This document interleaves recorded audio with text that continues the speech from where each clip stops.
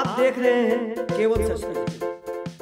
क्या चंडाल चौक के पास से निकल जाने से बगहा के लोगों को जाम की समस्याओं से मुक्ति मिल जाएगी?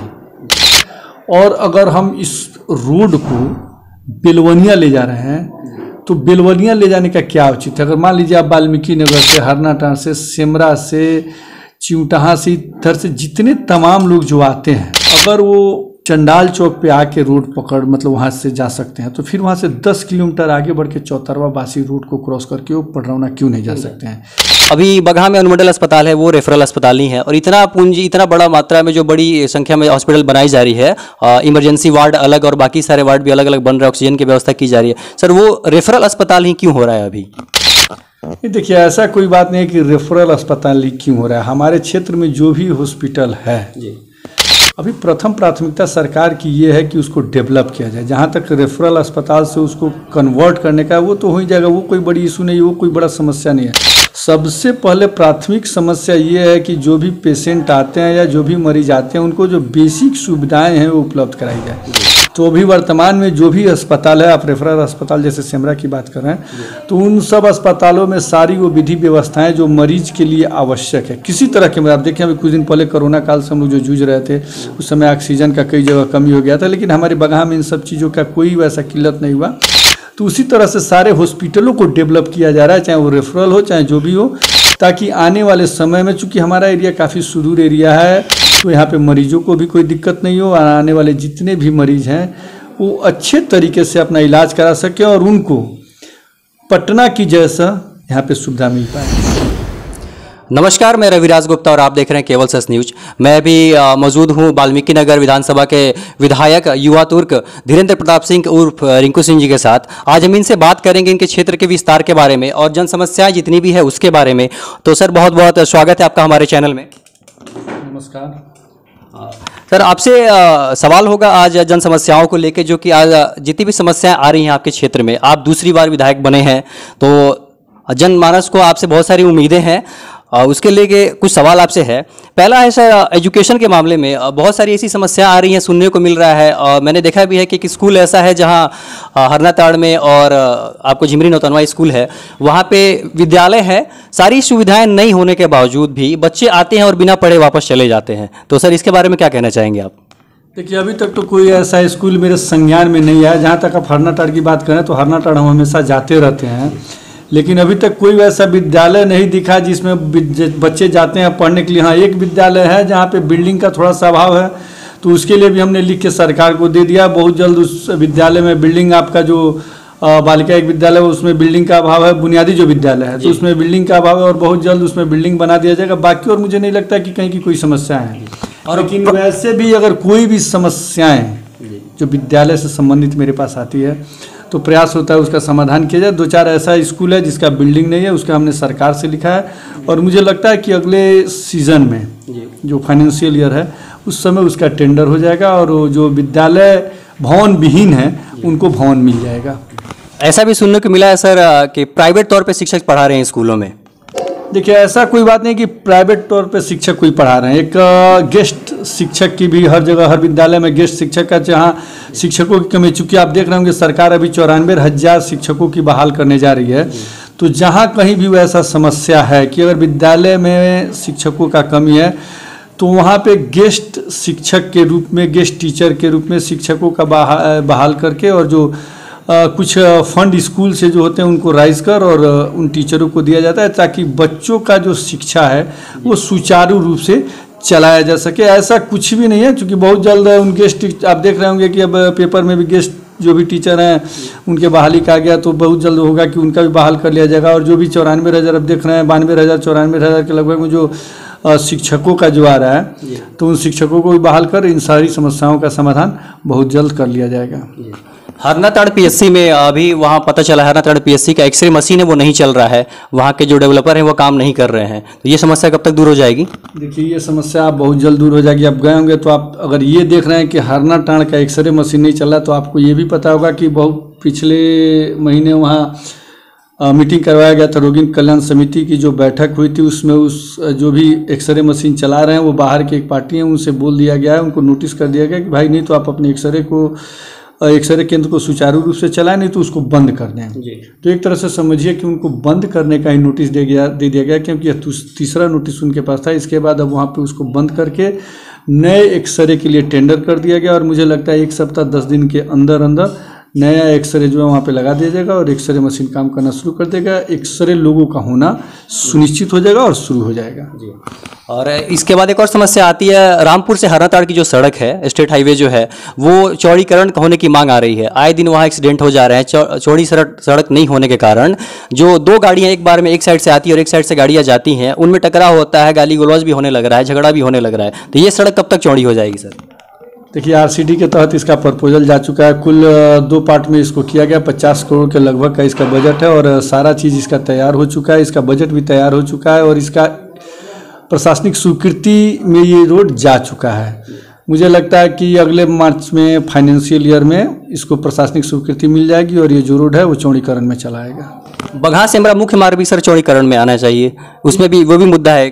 बिल्कुल, इसका भी वही प्रोसेस है जो रामपुर से हरनाटाण का है। वो भी प्रशासनिक स्वीकृति में जा चुका है और बहुत जल्द उसका भी टेंडर हो जाएगा। सेमरा हॉस्पिटल जो भी नया रेफरल अस्पताल बना है, वो रेफरल अस्पताल सेमरा का, वो अभी बगहा में अनुमंडल अस्पताल है, वो रेफरल अस्पताल ही है। और इतना पूंजी, इतना बड़ा मात्रा में जो बड़ी संख्या में हॉस्पिटल बनाई जा रही है, इमरजेंसी वार्ड अलग और बाकी सारे वार्ड भी अलग अलग बन रहे हैं, ऑक्सीजन की व्यवस्था की जा रही है, सर वो रेफरल अस्पताल ही क्यों हो रहा है अभी?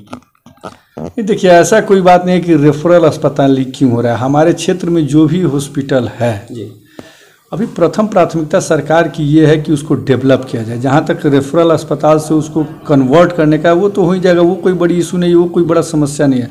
सबसे पहले प्राथमिक समस्या ये है कि जो भी पेशेंट आते हैं या जो भी मरीज आते हैं, उनको जो बेसिक सुविधाएं हैं वो उपलब्ध कराई जाए। तो अभी वर्तमान में जो भी अस्पताल है, आप रेफरल अस्पताल जैसे सेमरा की बात कर रहे हैं, तो उन सब अस्पतालों में सारी वो विधि व्यवस्थाएं जो मरीज के लिए आवश्यक है, किसी तरह के, आप देखें अभी कुछ दिन पहले कोरोना काल से हम लोग जो जूझ रहे थे, उस समय ऑक्सीजन का कई जगह कमी हो गया था, लेकिन हमारे बगहा में इन सब चीज़ों का कोई वैसा किल्लत नहीं हुआ। तो उसी तरह से सारे हॉस्पिटलों को डेवलप किया जा रहा है, चाहे वो रेफरल हो चाहे जो भी हो, ताकि आने वाले समय में, चूँकि हमारा एरिया काफ़ी सुदूर एरिया है, तो यहाँ पे मरीजों को भी कोई दिक्कत नहीं हो और आने वाले जितने भी मरीज हैं वो अच्छे तरीके से अपना इलाज करा सकें और उनको पटना की जैसा यहाँ पे सुविधा मिल पाए।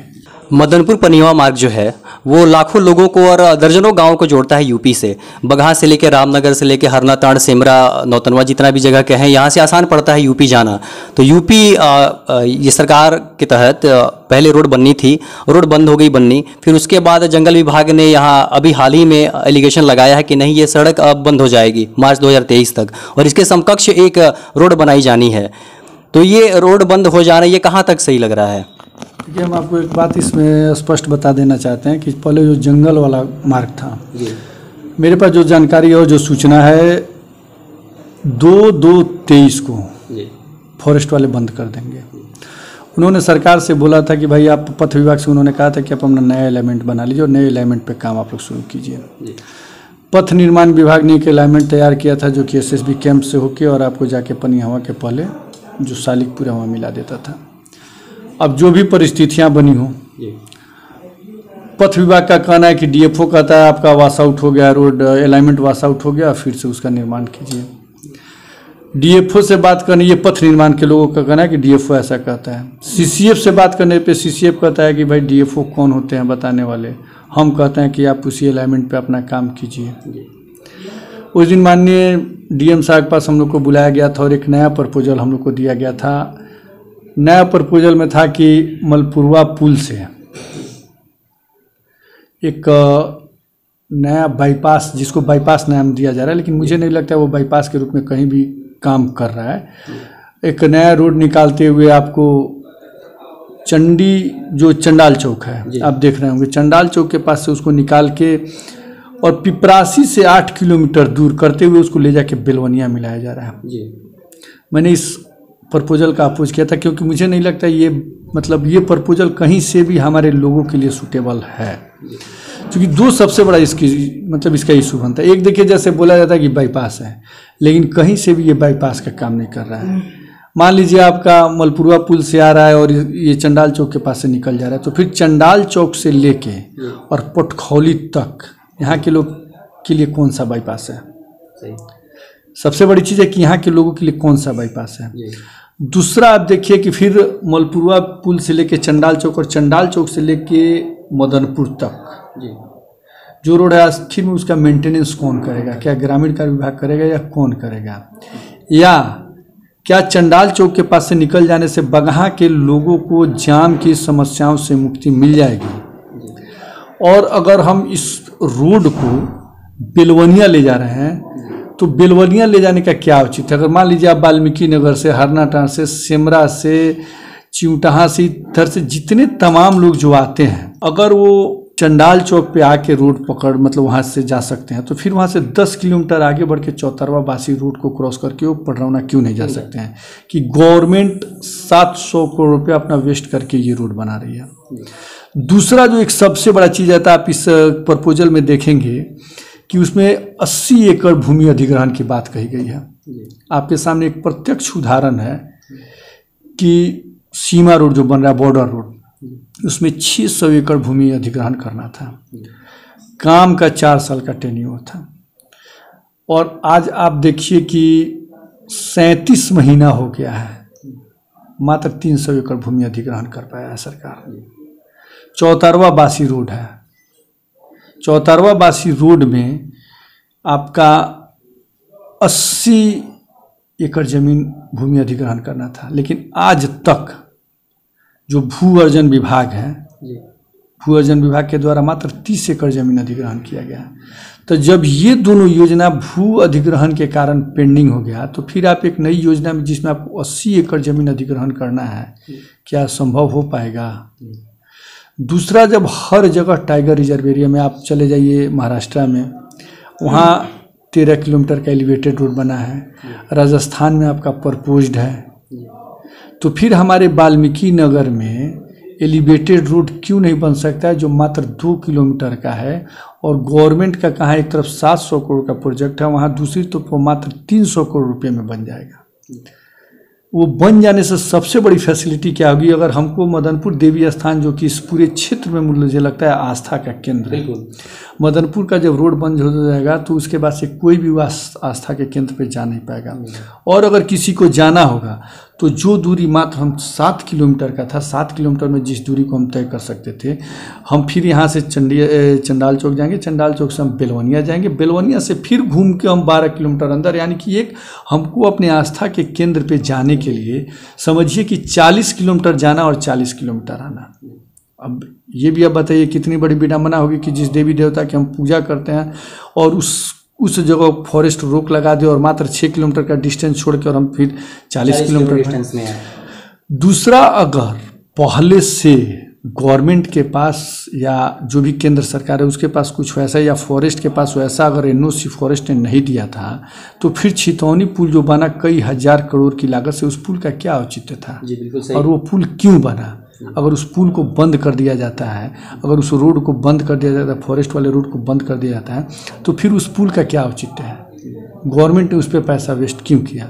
तो मैं तो गवर्नमेंट से भी मांग करता हूँ, अपनी सरकार से भी कहूँगा, माननीय मुख्यमंत्री जी से मैं मिलूंगा, इसमें जो भी आरसीडी के आला अधिकारी हैं उनसे भी मैं मिलूंगा, व्यक्तिगत रूप से मिलूंगा, और मेरा मांग रहेगा कि चंडाल चौक से जो रोड निकाला जा रहा है निकाला जाए, लेकिन उसको ले जाके जटहा थाने के पास निकाल दिया जाए, जिससे हमारे पिपरासी ब्लॉक के जितने भी जो जनता है, जितने भी जो लोग हैं, उससे डायरेक्ट उनका लगाव बगहा से हो जाए, अनुमंडल से हो जाए। नहीं तो ऐसे वो बेलवनिया जाएंगे, बेलवनिया कोई उतना बड़ा मार्केट हब है नहीं, बेलवनिया जाएंगे फिर बेलवनिया से आएंगे, तो फिर उनको वही बात उतना ही हो जाएगी कि हम 10 किलोमीटर, 12 किलोमीटर, 14 किलोमीटर उधर जाएंगे, तो जो 14 किलोमीटर उधर जाएगा वो फिर चौतरवा बासी पकड़ के फिर इधर क्यों नहीं आ जाएगा? जो बुद्ध रोड आपका महात्मा बुद्ध सेतु जो है, महात्मा बुद्ध सेतु को पकड़ के आपका क्यों नहीं आ जाएगा बगहा? उतनी लंबी दूरी तय करेगा।